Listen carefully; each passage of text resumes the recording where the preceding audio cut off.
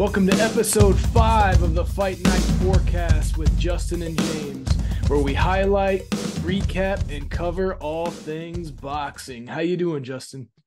I'm good, brother. I'm good. Another weekend of boxing, another boxing controversy. What do you think, man? What did you think of the bouts this past weekend? Ooh, a lot of action. The hot topic is Haney versus Loma. So I'll start there. Let me first start off by saying it was a great fight. Tons of action, couple surprises, just high-level boxing. So before I start griping about everything we can gripe about, I just want to give credit where credit is due and and say that it was a good fight, technical fight, skillful fight. So hats off to both Haney and Loma. Yeah, absolutely. Yeah, a lot of people obviously are complaining about the judging. And I think that there's a couple things we're gonna talk about that involves that. But um, really for the most part, I agree with you when it was a very skillful fight. I think both guys highlighted their talent, and highlighted what they were good at, and they used it, and it was effective. And I'm not knocking either fighter, and I think that both guys came into it prepared. I thought Loma looked a lot better than a lot of people thought he was going to, which is good. And I believe he's going to be back.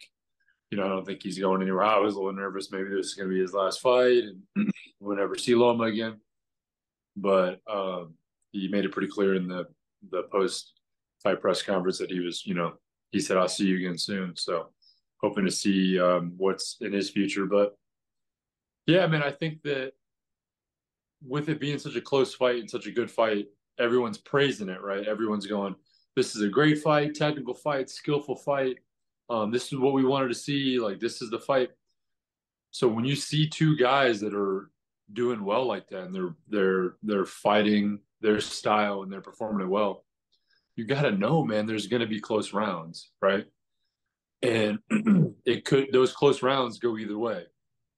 And I think the real issue is half people were seeing it like scored like 7-5 Loma. The other half are seeing like 7-5 Haney. And I think a lot of people are seeing maybe like 6-6 draw, you know? So I don't know. When you have good fights like that, this is how it is. You're gonna have those close rounds. So it's like I think it just as easily could have gone to Haney as Loma.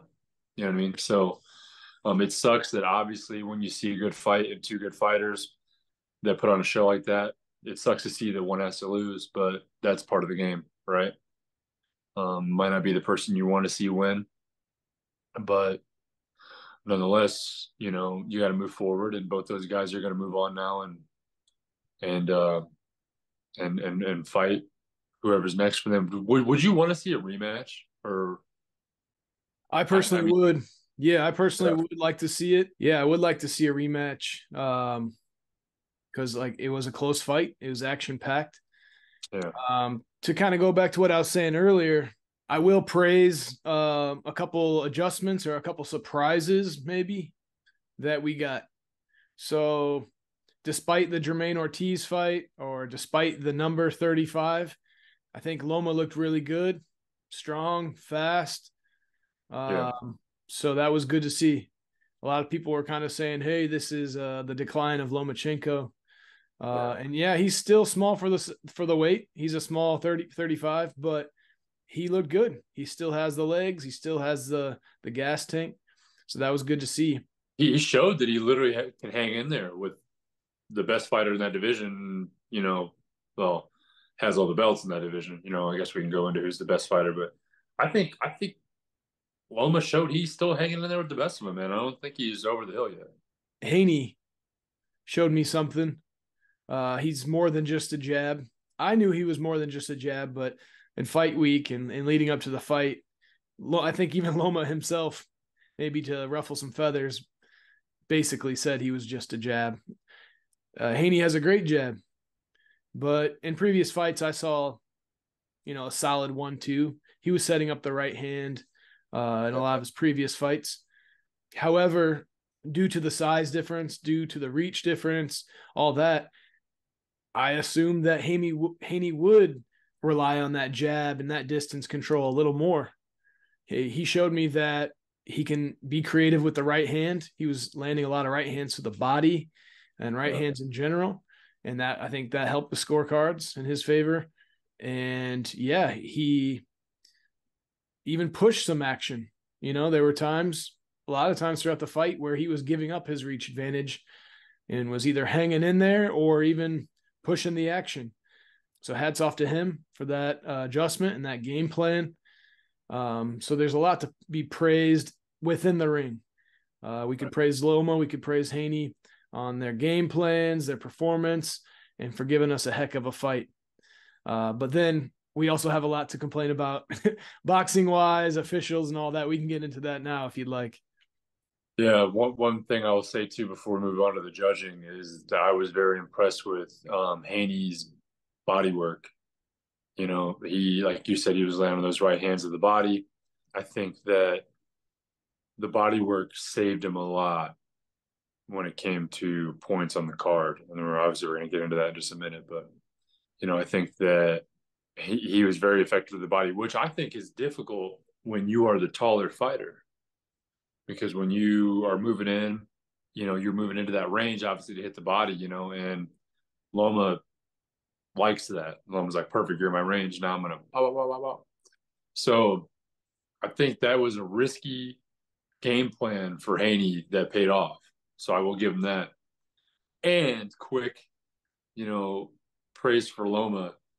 I know you had to have noticed this, James, because I did all night. Loma was landing those double left hands like a ridiculous amount. And like I was so hyped because like I'm a southpaw myself, for you guys that don't know, but that doing the double left hands, man, you cannot sleep on him, man. He was literally landing it constant. Every time he landed one, I'd like pop up and I'd be like, double left hand, there's double left hand. That's for you guys out there that are boxing nerds like me, but yeah, I mean, I thought that was cool to see guys putting stuff in the game plan and it works. But yeah, now on to the judging. Like I said earlier, man, it was a close fight, and it could have went either way. Those close rounds could have went one way or another, but it's just a little weird that you were bringing up earlier with there was 3 judges from the U.S. There was a particular judge that was on that card who's been on past cards that controversies and weird numbers have popped up, and there was another judge that was protested by the Loma camp, you know what I mean, and the commission denied that. So I don't know, man. What do you think about the judging? Yeah, I think it leaves a lot to be desired. I think it was the 10th round. At least one judge gave the 10th round to Haney. That's a joke. I think that was that was Loma's. 10th round was Loma's best round. 10th and 11th. Yeah, the beat downs. But I think that was the same judge that said it was a 116, 112 fight. Which yeah, little too far. I don't know what he was seeing, man. I don't know what he was seeing. Either way you score it, I don't see either guy going 116, 112 in that fight. I just don't. I mean, Loma or Haney. I don't see it, but like I said off camera, before we started recording for the podcast, I was kind of griping about scoring and judging in general. And, there's no such thing as a perfect solution in a situation like this. But like I was saying, it's tricky because you can watch the fight as a whole and we can kind of get the tone of the fight.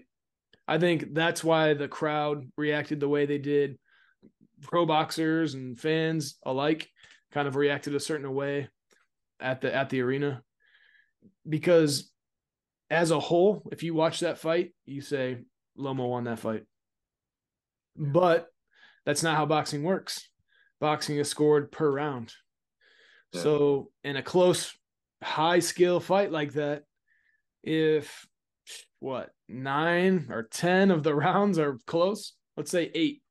I mean, if a good chunk of the fight is close and hard to score, um, yeah, that could really mix things up. If there were 8 rounds that were super tight, and I was like, oof, I think I'm gonna go Haney. He landed some clean body shots, and then it happens again. Oh, let's see, Haney. He was pushing the action a little bit, and say I give 4 rounds in a row that were super close to Haney. That then we ended up with a 8-4 card, right? A 116 to 112 card.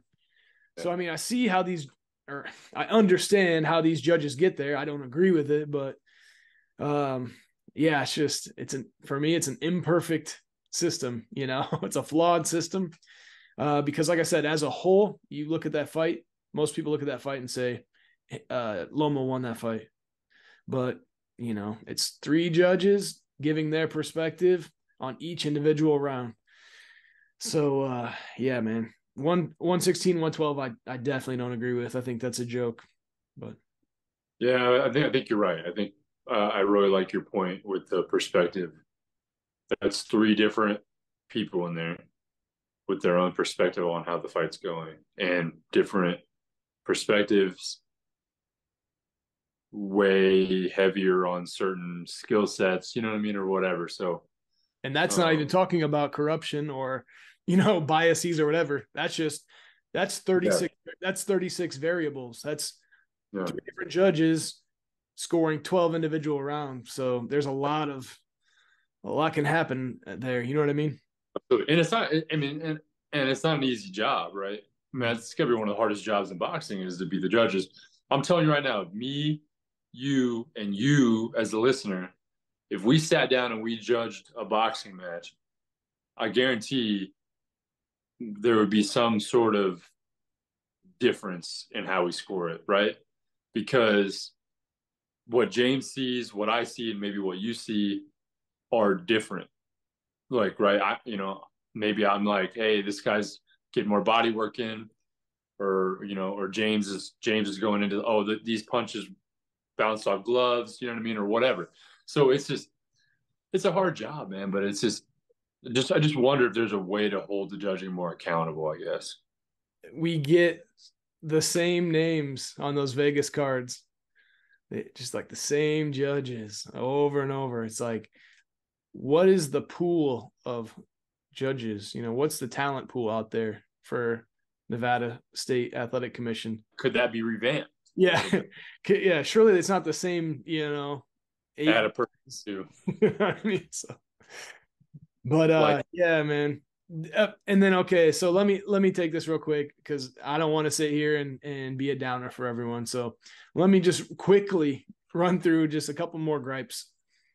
We'll get off the scoring, we'll get off the officials. Boxing as a whole, it's a business. So you got to look at that too. It's hard to not look past that, I don't want to be a conspiracy theorist and all this, but man, money makes things happen, and it's a business. So Haney mentions, I'm going to stay with Top Rank. I'm going to re-sign with Top Rank. He's going to be a top rank fighter. He's 24 years old. He's the undisputed champ. I don't want to say he is the future of boxing, but he is part of the future of boxing. for sure. Loma has been great for Top Rank and ESPN and boxing in general, but he's 35. And even though he looked great, how many more years are you going to squeeze out of him? Right. Think about how many more years and how many more fights and how much more money you can get out of a 24-year-old champion as opposed to a 35-year-old champion. Again, I'm not saying that's the reason, but things to think about. Yeah. So that has been lingering in my mind over the last year or so. The rules have kind of changed for championship boxing, where now we're doing like 36-hour weigh-ins. We're doing the weigh-ins early Friday morning, and then turning on the cameras and getting on stage and doing a ceremonial weigh-in just for show. for the fans. That's giving you 36 plus hours before you step in that ring to Right. rehydrate, recover, and all that. So I don't know. There's just all these little things I could gripe about pro boxing, and I don't want to be too bitter about it. Congratulations to Haney. He fought a good fight. I don't think you could be mad at Haney. You know, uh, Yeah. he won the fight. He looked good. Yeah. He officially won the fight on the judges' scorecards. So Yep. hats off to him. He didn't have to fight Loma. I remember talks of Tank versus Loma. And when Floyd was a little more in control of the career, so it seemed, you heard things like Floyd said, no, not yet, not yet, not yet. Haney at 24 didn't have to take on a future Hall of Famer. So hats off to him for taking the fight, giving us a good performance. But, hey, we can debate and we can disagree, and it's part of the sport, man. Yeah. No, I mean Haney won fair and square, and um, I wasn't really mad at either outcome. I like Devin Haney and I like Lomachenko, so I really do think that it was a good bout, and Haney took a dangerous fight in Loma. I mean, let's be real, that was good, and that's the kind of stuff that we want to see, man. What's next for Haney, and what's next for Loma? What do you see? I want to see Haney fight Shakur. That's what I want to see. I'm a big Shakur fan, and I think that that would be a big fight in that division. And I think that, I mean, you can't act like it wouldn't be fun to see Haney being as skilled as he is, and Shakur being as skilled as he is. Those guys, I mean, it would be a good fight. They had the little meet up in the ring at the end, and Shakur's like, or Haney said, I'm number one. And Shakur said, for now. Cool, man. It's just building that up. But in the end of the day, I really think what's going to happen is Haney's going to move to 140. So what do you think next for Loma? Down to 30, stay at 35? I know the boxing fans or the boxing community has brought up this 130 idea. I can only imagine it's probably not top priority for Loma. I mean, Yeah, those guys that chase greatness like that, he conquered 126, he conquered 130, right. and he was a belt holder at lightweight. So, as someone who can sometimes be prideful or sometimes has to keep his ego in check, I can only imagine a Lomachenko and where he's at in his head. And taking a step back is probably not high on his priority, if I had to guess. So, yeah, I'm curious where he goes from here. I, as a fan, would love a rematch, but I don't think that's good business for the Haneys or, unfortunately, boxing as a whole. I guess let's try to go into the undercard here for a minute. So yeah, kind of back to the judging discrepancies, or having different perspectives.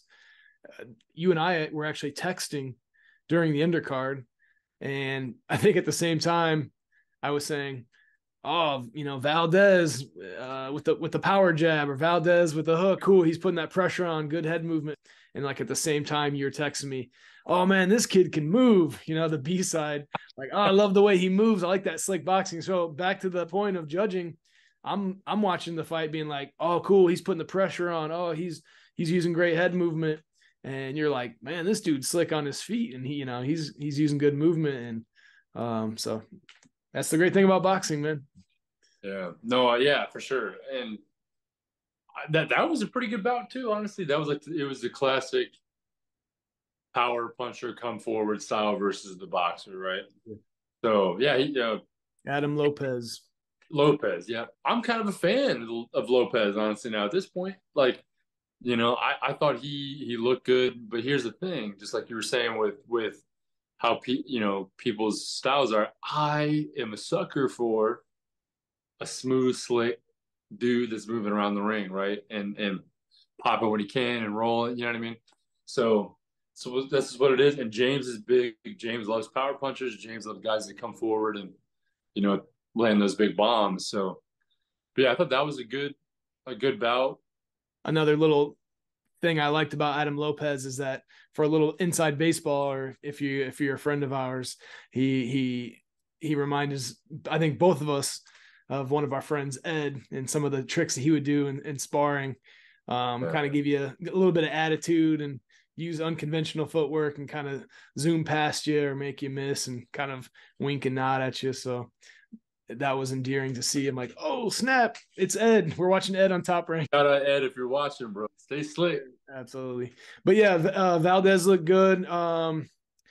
Unlike the main card, I wasn't really surprised. I mean, that's Valdez. He's got heart and grit, and I personally would have liked to see the knockout or the stoppage, but overall, he looked pretty good. Before that, we gave you guys a little heads up. Hey, rewind the clip. Rewind the clip. That's going to be a good fight, man. Those guys, I know they're smaller guys, man, but both those guys are power punchers. It's going to be fireworks, man. You're not going to miss that. It'd be one of those ones where it's like, try not to go to the bathroom during that one, or go get a drink or whatever during that. I mean, that can literally end in any second. So yeah, be on the watch out for that fight. Don't look past these little guys, these 115-pound fighters. I love the output. I love the volume. Don't sleep on the superflies. Never. We tried to tell you guys, action-packed. Junto Nakatani stopping Maloney in the 12th round. That is a knockout waiting to happen. And those guys, even at the lighter weight like that, man, both those guys had power in both hands.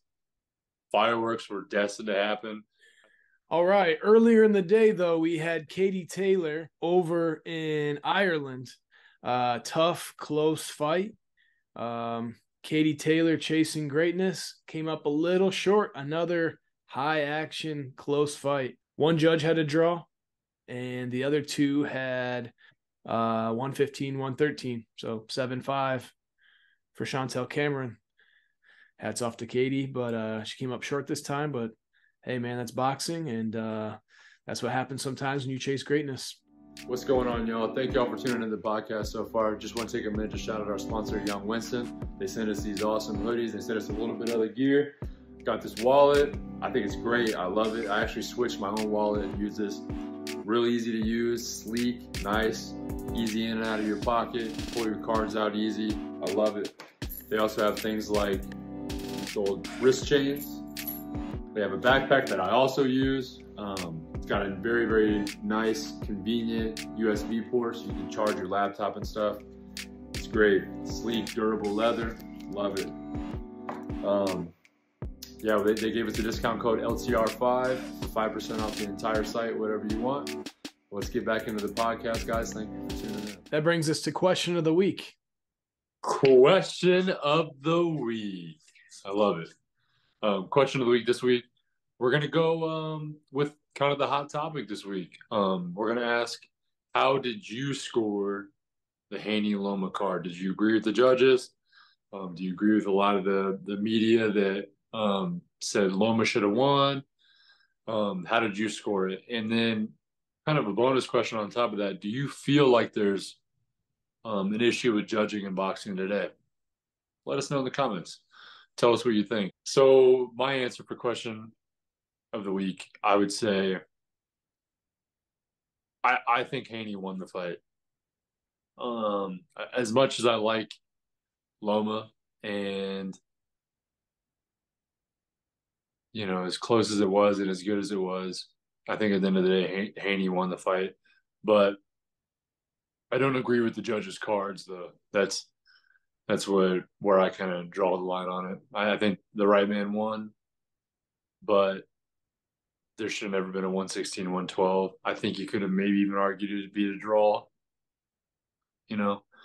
But yeah, so I think Haney won. I think honestly, it could have been scored 7-5 for either guy. We talked about that earlier, but I think Haney deserved the 7-5. And yeah, what do you think, James? I had it a draw or 7-5 Loma. Okay. So we saw a little bit differently. So when I watch a fight like that live, I make notes in my head, but I like to watch as a fan and kind of be wrapped up in the action. And, I have a loose score in my head, but I went back and watched it the next day, or rather 2 days later. But yeah, I went back and watched it, and this time scored it. Even then, with that being my main intention, I still circled some rounds and kind of put a little question mark next to it because some of the rounds were that close. Just because there were different things happening. I think the final score I had was a draw, but again, there were a couple rounds that could go either way. So 6-6, 7-5 Loma. But then with a close fight like that, when you have close, tight rounds, which you don't know which way to score, that round or two could have went to Haney. So that's why I'm not mad at a 7-5 Haney per se. Just one side note, as someone who is sitting in their comfortable living room, not in the middle of the ring, I was like a little disappointed that Loma couldn't find that next gear in the 12th round. And maybe that has more to do with Haney's skill and where Haney was at. But yeah, I mean, 10th round, 11th round, Loma's really putting it on him. And Haney bounced back. And I gave Haney the last round. So I think that's what made it a draw on my scorecard. But either way, yeah, 6-6, 7-5, either way, totally acceptable. I wouldn't call it a robbery. That word's floating around a lot. I wouldn't call it a robbery at all. Oh, It was a close fight. yeah, no, it wasn't a robbery. It can't be a robbery if you can't say that.